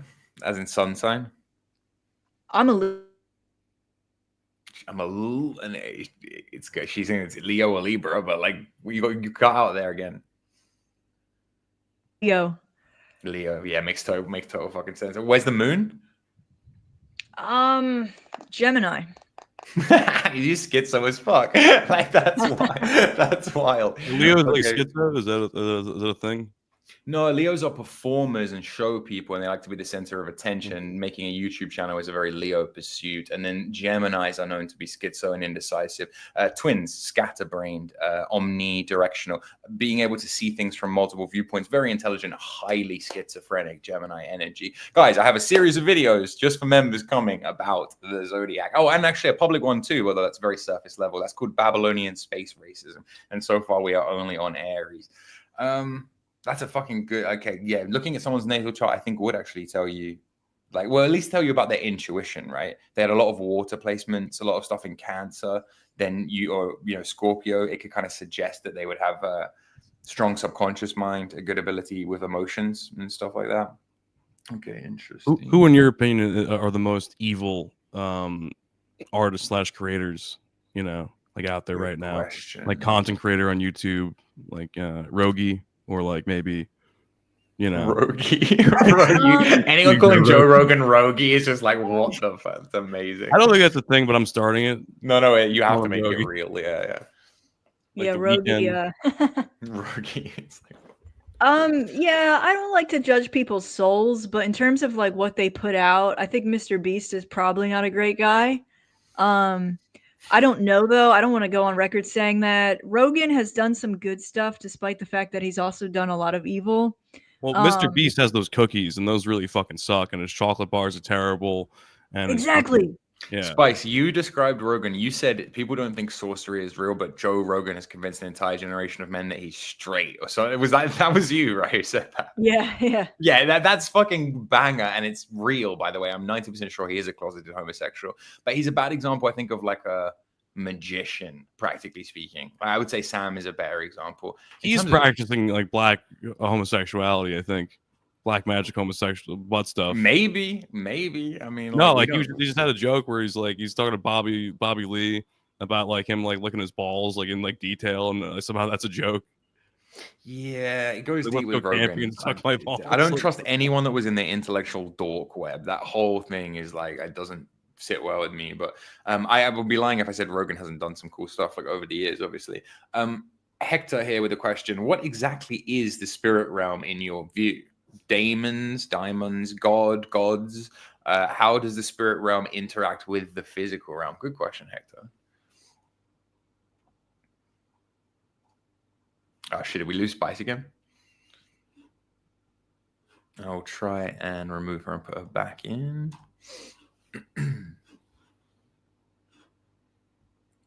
Hello? I'm wearing my Tommy Vercetti shirt. I really wish my camera was working. God damn. And I have a cigar. No, we lost her. Okay, well, hopefully she'll be back with us shortly. Good question, though, Hector. The whole point of it, as far as I understand, is that it's supposed to be ineffable. How do you explain the psychological realm? How do you explain the mind's eye? How do you explain the pictures that you see in your head when you dream every night? Where, like, it's fucking... I would love to know her answer to this question. Of course, she has to leave when... that exact moment. Did she say what her life number was? No, but all we have so far is Leo, Sun, Gemini, Moon. But that makes so much sense for someone who's the host of a podcast called Schizo Territory. I mean, fucking hell. Question: do you also see the shadow beings? Are the shadow beings in the room with us right now? Is that what's happening? The political Zionist? Yeah, sure, man. Whatever you want to say about me at this point, I couldn't give a fuck. To be honest with you. What's that cough syrup? Because like Benadryl or whatever. You can see the Shadow Man. Yeah, I think it is Benadryl. The Hat Man, they call him. Right? They call him the Hat Man. He's like this ominous figure. He comes back Comes back to visit those who have taken too much Benadryl. Damn, you think we lost Mr. her? Sandman, give me your dreams. She's Give her gone. tulips, roses, and clover. Which word is the the N word? That would be nigrido, which is what Carl Jung meant. It means dark night of the soul. Okay. Hey, welcome back. Not only is she back, she's back with a camera. Based. At George, they are all Masons. Thank you, mate. Appreciate that. That's I think we're starting to get the schizo territory crowd coming in and like kind of feeling it's good. It's got I like the energy of your followers, dude. It's crazy. Like it's wild. Grub Thug needs to review more Aussie lemonade. That's one for you, Andy. Well, I actually have a drink right here. I don't know if I can put my camera on, but I'm holding Ghost iced tea lemonade. Nice. And, it's really good. I like it a lot. It's got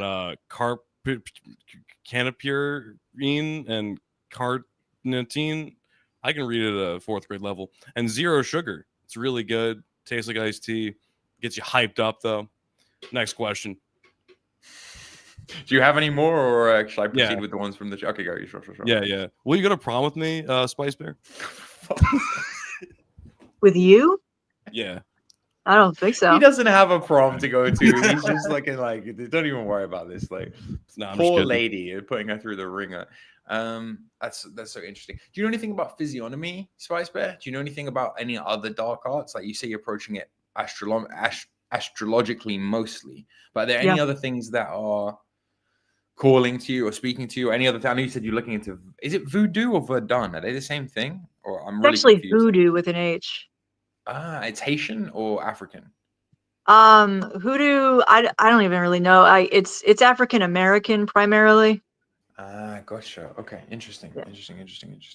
Well, magic being like a tool of oppressed people is a really interesting one. I feel like this is why Jews are into magic. Like you said before, gay people are into magic. There's a underclass thing associated with it. You're saying hoodoo is like black slave magic? Is that basically what you're saying? Yeah, it is essentially. That's basically what hoodoo is. Yeah. But I found it kind of interesting that you connected physiognomy as a magical art, because I have actually heard that 100%. before. Yeah, 100% it is, definitely. Not that I'm an expert in it or anything, but I interviewed somebody recently and I think you can deduce an enormous amount. For example, the person I spoke to recently said, you will be of a magical lineage because you have red hair, right? That you have a predisposition to magic and to being good at magic because you have red hair, stuff like that. I think there's a lot of weight to that. Interesting. Yeah. I mean, to me, I was really fascinated. I got into hoodoo because I was just looking for to understand magical correspondences. So like, if I want to bless somebody, what is a good action to do that corresponds to blessing or to cursing or whatever? I don't curse people, by the way. I know I've been cursed before, and I don't want any part in it. No, but so can we talk about it or no? Are you open to discussing it? Well, I don't want to. I guess I could talk about it. Yeah, I can't really tell. Is my mic still working? Yeah, it's clear. It's good. Okay, I just wanted to plug in headphones so I'm not getting any echo. Can't tell you that. Okay. Fine. Okay. I don't want him to curse me again. Damn, but it was so basically I was ball busting this guy online, and I knew that he practiced magic, and I guess I went a little too far. And the next day, I think it hit my dad, actually. So it was really weird. But my dad, I was like invoking Sirius at that time, and the star Sirius is connected to the number 33. I don't really fully understand that, but it does seem to be connected. So my dad ended up going to this place for a job with the word 33 in it. And while he was there, he hit his head and started bleeding really badly. And I never even thought that was a curse or anything. I was just like, wow, that's really weird that it's connected to the 33 thing. And then the next day I woke up and I saw this entity next to my bed. And a lot of the times, one of the ways that you know that you're seeing something in the astral realm is that you see it and then you fall back asleep and then you wake up and you see it again, and you see it again and again. And I basically saw this Harlequin demon It was like red, white, and black, almost like a playing card deck. And it was echoing this name in my head, and the name was Astaroth, actually, which I wasn't really familiar with that name at the time, and that's a goetic demon. So I believe that guy that I pissed off cursed me. Then invoked some kind of demon on you wow, okay, interesting. Yeah. I love stuff like that. I love because I've had my own direct experience with this stuff myself. I hear stuff like that and it makes perfect sense to me. Understand that there is half the chat that are just gonna be like, "What the fuck is this bitch talking about?" Like that's just unfortunately the nature of magic and like how these things work. But yeah, okay. Wait. So I have a question. Like, so with like magic stuff, like, does it does it choose you, or do you choose it? Like, do you have to be open to having magical experiences or encounters with spirits, or like how does that work? I believe that it's both, but they're also kind of one and the same. Like, I think that people who are drawn towards magic naturally, it's because they have been chosen in some way. If that makes sense. Yeah, I think so. I mean, yeah. I've had friends who like have seen ghosts or spirits and stuff like that, and I mean, in the Bible it tells you to not welcome familiar spirits, which I was always kind of against. I think I'm sort of closed off to it and don't want to interact with spirits, which I don't. Well, that should, if you're healthy and everything is good, that closed offness is no bad thing. It should act as a kind of psychic shield. The reason we today don't see fairies and goblins and shit the way our ancestors did is because we have secularism, we have atheism, we have materialism that's been like drilled into us from day one. So we're not open to perceiving the little things that could be, that to our ancestors would have been very obvious signs of like ghosts or demons or whatever the hell, it's like we are not in tune with it, we're not in touch with it. So it's a fascinating question that you ask. I don't know to what extent it's fated or you're chosen, but I think when people start getting into things like astrology, they realize how much stuff is in part of the simulation, if you like, and not up to their own free will. And you also at the same time realize how much agency you do have within the simulation and how much you can change it on your own and how much other people can change it and curse you apparently, when you're fucking half asleep. So there's a lot to what you just asked, man. I don't really know. What do you think, Spice? Yeah, I mean, I think that free will is kind of everything, where like you have to claim your agency, and it's sort of like there is a deterministic undercurrent to a lot of astrology, but that free will is baked into it somehow in a way that's very mysterious. So I think that it's the most powerful thing you can do is claim your agency. When you start thinking, my point is like when you start thinking magically, this dichotomy between free will and fate becomes a bit of bullshit. You kind of see through it. You start to understand, like, I'm in a computer program that I have a vast amount of control over. It's an input-output system, and basically I'm the only one controlling the input system. So the whole thing is like a reflection of me, and it sounds so spiritually narcissistic and grandiose, but I just mean you start to understand the mechanism it's not one or the other. It's not that some things are fated or everything is totally free choice. It's a combination of the two. It's like a weird feedback loop, I think. But yeah, how does one claim their agency? Is that what you said? Like referring to it as that as an agency? Personal agency, right? Yeah. It just means accept that you have responsibility, accept that you are a powerful being, and you can change things. You can change your world, and don't give in to learned helplessness. So the basics. for like the way you guys are talking about magic, to me it seems like fire. Like fire can be a useful tool, but it can also burn you if you fuck around with it. Which is that's an accurate description. Yeah. Yeah, 100%. But just the understanding that it's not this binary thing where some stuff is magic and some stuff isn't magic. The universe is magical. That's the nature of the universe. It's a giant input-output feedback loop system, and the smallest, most mundane acts like cooking and washing are magical. And then there is what I would call high magic, which is everything from science, real fucking, to making a movie to change someone's subconscious, to performing a spell or a ritual or some kind of invocation. But that's how I would look at it. So it's all gray then? No, there's a morality to it, but the morality it's not this binary thing of like when you get into magic, it's suddenly wrong. It's the intention is where you draw the morality from. So for example, if making a statue is a morally ambivalent act, What is the statue of? What is the intention? Am I making a statue of like a happy white family on a picnic, or am I making a statue of like a fat Shaniqua with a feminist fist of resistance? They are intrinsically different acts. One is an act of white magic, you could say. One is an act of black magic. The puritanical Christian, often it is Christian, mind says, don't build a statue. That's idol worship. That's demon worship. That's a state. You know what I mean? You have to look past that and be like, what's the intention of the act? In a way, everything is magical. Then you only really choose what intent you put into it, if that makes sense. I see. Question: I Can think- cats? Oh, sorry, Spice. Go on. I was just gonna say, I think it's true that the intention does matter, because like I said earlier about like demons are like opportunistic. They feed on like decaying morality. Essentially, they feed on you when you're weak, and that's why it's like your intention does matter, because a demon doesn't want to feast on it. You know, they need somebody who's weak. They need somebody who has those weak intentions. Someone says demons are just demons just Jannies. They do it for free. That's kind of Hey, Janny sounds a lot like Jin, actually. Now I'm thinking about it. Question: Can cats ward off curses? I have less nightmares since I got cats.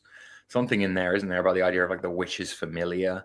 And there's a video on this channel from like 3 years ago, actually, called "The Connection Between Cats and Schizos," which is about toxoplasmosis and the witch archetype of having a cat. Do you have any pets, Spice? My parents have a dog that I'm close with, but I don't have any pets besides that. You ever think that animals can maybe see things we can't with regards to the spirit realm? Yeah, cats are very liminal. There's cats have always been considered like very liminal, magical, you know. So you have witches with cats, you have the Egyptian worship of cats, yeah, I think bonding with a cat is essentially, actually one of my first spiritual experiences was my cat that had died like coming back to me. And that's happened several times, that my cat has Stormy, he'll pop in and say hello when the veil is thin. Damn. Okay. A question: Are dragons real? Brackets. Please say yes. Yes. There you go. That's your answer. That's so funny. Oh no, she said goetic demons. Do you want to explain briefly to the audience what the Goetia is? The Ars Goetia. Oh yeah, so the Lesser Key of Solomon, all of the Solomonic demons that he was essentially what he was doing really was he was invoking these demons, and then he was getting them to sign contracts, very Jewish, and that's how he would control them. And you know, that's a goetic demon. So it's any demon that Solomon wrote about. And he like there's like 72 of them or whatever. He like listed them all, and they all have these personalities. Like, this is Astaroth, and if you talk to him, he will give you, and they all give you very specific things. Like, he heals wounds quickly, he teaches you languages, they give you specific stuff. But it's always this Faustian pact, right? Of like, you're invoking something you do not fully understand. I think in the case of most people who practice Goetia or Goetia, I forget how you say it. Yeah, I have a lot of questions about that, because it does mirror Enoch a lot, with where, like, you know, the fallen angels taught man like how to use roots and how to do magic and how to wear makeup and like all of these things, where it's like, well, some of that actually seems like a good thing, you know what I mean? So it's a very gray area between what's a demon and what's a daemon or whatever. Yeah. Fuck. Okay. Yeah. Cool. The dreaming, waking, repeating dream cycle means my dreams will happen. Never heard of it as astro dreaming. Have you ever had predictive dreams? Have you ever had anything that might be described as prophetic or what's the word I'm looking for? Premonitionary. Me? Yeah. Mm-hmm. Yeah. Me? Yeah. Yeah, the thing is that that's actually one of the ways I found out that Sam Hyde, I believe, was active in the spirit realm, was that I was having a lot of predictive dreams about Sam Hyde, where I would dream he would do something and then he would do it. You think you and Sam are like astrally connected in some way because of all his fans traumatizing you? Well, that actually started before all that. That started before the gangstalking. And that's what pulled me in to the point where I could be gangstalked. because there's a layer of consent to being gang stalked where you kind of have to consent to it, in my experience at least. And the reason I was so interested in getting information about Sam was because I had this like weird astral connection with him, which back then I didn't even know it was an astral connection. I was just like, it's really weird that I'm having all these dreams and then they come true. Makes perfect sense, actually, from where I'm standing. Nietzsche's horse in the chat. Thank you for being a member. I couldn't ask a question before because it had a flagrant 6-letter word in it, but the question was something along the lines of, why do you practice black people magic, in reference to, and now I guess you're following that up with a question. Ask her what she thinks of rune magic. So is there an ancestral blood connection to this stuff for you, or do you think pretty much anybody can practice any form of magic, so to speak? My mom always told me she was a witch, and I never believed her until after she died. And now I'm like, oh, actually, yeah, when she was on her deathbed, there was some spooky stuff that happened. So there probably is an ancestral connection there, but I think that for me, I didn't really believe in spirits at all until, the age of 33 or so. Like, it took a while. Very common with that, by the way. People having spiritual experiences early, actually, from what should be the typical midlife crisis in their early 40s. They actually tend to hit it after one Saturn cycle. They just go schizo, quote unquote, and start having these really tapped in spiritual experiences. Michelle in the chat, another member, question. Explain more about astro dreaming. It's not really a question, Michelle. Explain more. Explain more about it. Let us know about astral dreaming. Yeah, so there are many people, including the CIA, who suspect that all dreaming takes place in the astral realm. That when you dream, you are astrally projecting yourself somewhere else, and that people astrally project every night. You can check out the Gateway Process CIA document that talks about that. And yeah, so that's certainly possible that all dreams happen in the astral realm. And that, it does make a lot of sense, but there are some dreams that you'll have and you kind of have to go, sometimes they'll give you information that you couldn't possibly have. They might be prophetic. They might, they might tell you something about someone that you didn't know before. But yeah, it's some of it is just a gut thing too, where you're like, I know that was not a normal dream. I know that was some kind of spirit visitation. You know what I mean? So I would say that pretty much all dreaming is astral in nature. And so people forget about the sky because they don't see it at night. All the light pollution, you don't see the stars. There is an entire celestial realm that envelops this material realm. This was very well said, actually. And I love the idea as well that people sleep in cycles. So if you look at sleep back in the day, there was something called a sumpter sleep, pretty much up until Victorian England, where people did not sleep in a massive 8-hour, 10-hour block like they do today because they're so exhausted. They slept in 4-hour cycles of REM sleep. So they go down into the deepest part of sleep, takes about 3 hours and 40 minutes, and then you come out of it. And so it would be very common for people in like medieval times to wake up in the middle of the night, light a candle, do something for an hour, and then go back to sleep for the second sleep. It's almost like when you're at the deepest part of the sleep, that's when you're astral. And then there seems to be various hypnopompic layers within that where you're somewhere in between, if that makes sense. Yes. Very obvious both are witches. It's transparent. What gave you that idea, mate? That's bizarre. It's like, actually, that's crazy. The Jewish Star of David is Solomon's symbol. Do you know anything else about Solomonic magic? You've never fucked with that stuff yourself, right? Goetia, anything like that? I have drawn a Solomonic pentacle for the planet Jupiter. I don't. So, like, if you listen to like Steven Skinner, they give great interviews. He gives great interviews. He's not a they them, don't worry. But he gives great interviews about like the Goetia and stuff like that, where he talks about his experiences with demons, and he is very much of the opinion that you really need to have your ducks in a row before you do goetic magic, and it is ceremonial, which I normally don't really do. So I don't really do goetic magic. No, maybe one day, but I don't. I've heard that there are push her is basically what she's saying. Yeah. Yeah. Question: what do you think of the idea that newborns seem to be attracted to spirits? Seem to attract spirits, I think he means. Interesting. Yeah, I can't say I've heard that one before myself either, but it would make sense in a kind of auric field, kind of being weaker kind of way, Yeah. maybe. I'm very pro reincarnating with the spirit realm. Where do you stand on that? Where do you stand on the idea of reincarnation, heaven, hell, the afterlife? I think that they probably all exist and that different people go different places. Wow.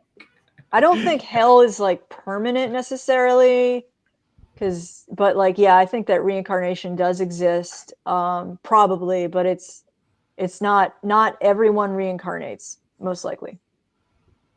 Interesting. Okay. Let's see. What drugs increase and which drugs decrease magical potential? Off the rip, I can tell you that mugwort is the best. Artemisia vulgaris is the best stuff for inducing the kind of dreams that Spice is talking about, like really lucid, astral projection kind of dreams.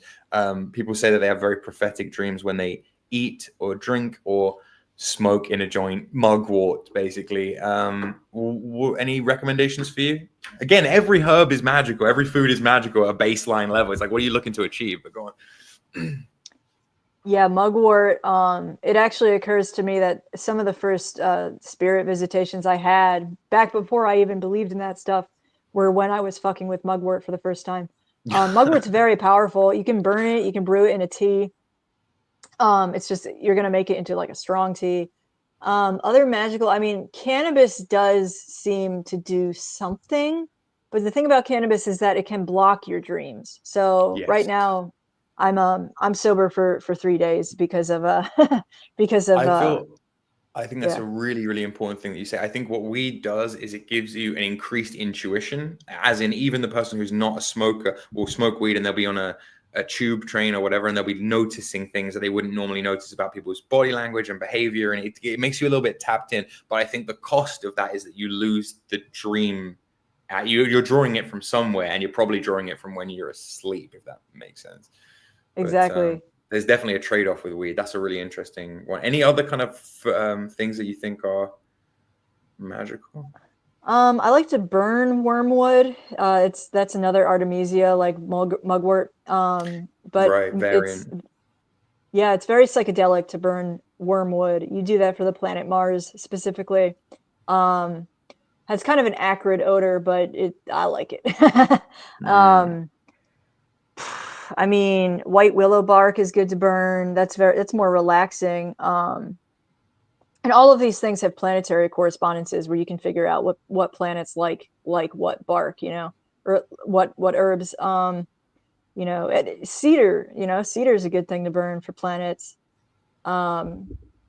Yeah, frankincense. I fuck with all that stuff. I really like herbs. You know what? I might actually consider in the future. Would you consider firstly coming back on for more streams of this kind of subject matter in the future? That's the first question.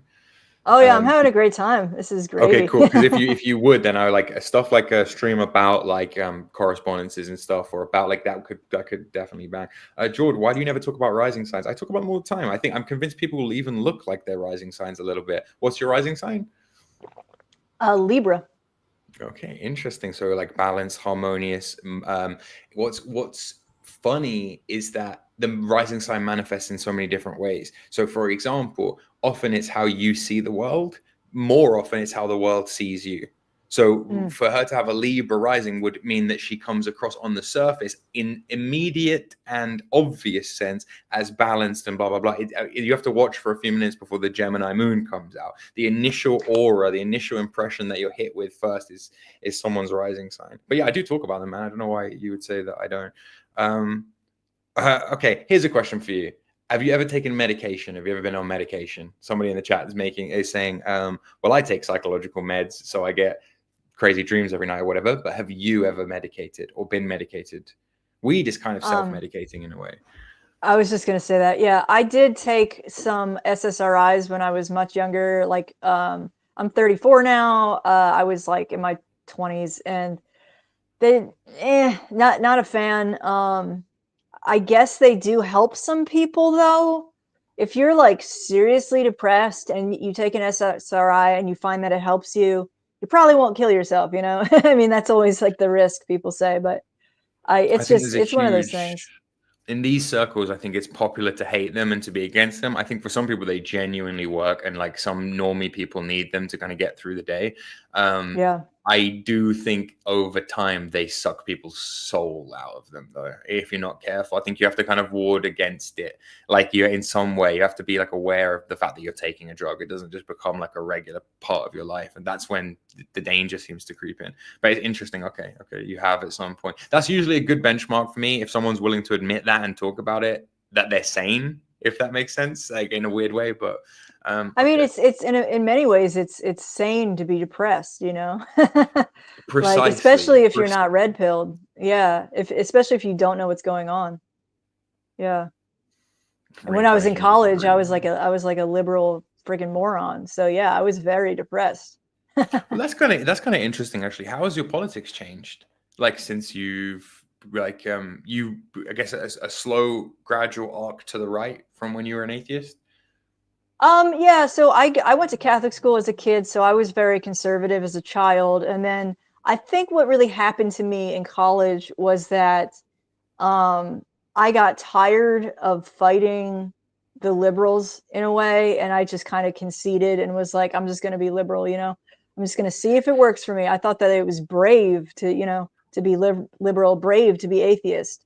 And in a sense it was, because I had to fucking claw my way out of that shit. But yeah, and I just I think the red pilling happened pretty quickly, though, to be honest. Yeah. You did. It was, to me, watching you was one of the things I picked up on very early on. I was like, wow, you're surprisingly based. Yes, for like a woman, for someone of that, you know, you do seem very kind of like okay, and that's. I just wondered if you had always been like that, or if you'd come to that over time. Answer. I think you mean question, buddy. If hypothetically reincarnation exists, would it be more likely to be familial or cross-cultural? If I'm punished for my actions by reincarnating as a Indian person, that would be extraordinarily lame. No, it really was just an answer. It really was just a statement. Question: magical effects of shrooms. Have you ever fucked with psychedelics? Oh yeah.